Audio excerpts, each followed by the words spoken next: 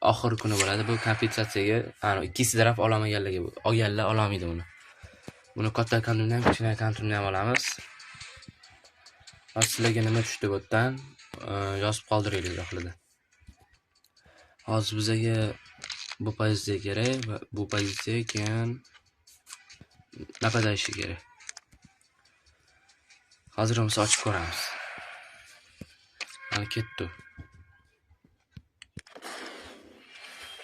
Kroyf, Aymar, Ribery, Cafu, Vidic.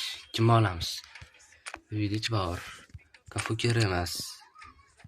Bu napda ham o'yna oladi Kroyf. Ribery'da hozir menga eng kerakligi. Shuna o'ring. Vini kutayotgandim lekin to'g'risi. Kroyf yoki Ribery. Kroyf agar Setaga o'tmaganda olmasdim. Setaga o'tadi, bu Rashford o'rniga kerak menga bitta. Men Ribery'ni olaman. Avvalda Ribery'ni ko'rib turibsizlar, tuyatdi bu yerda.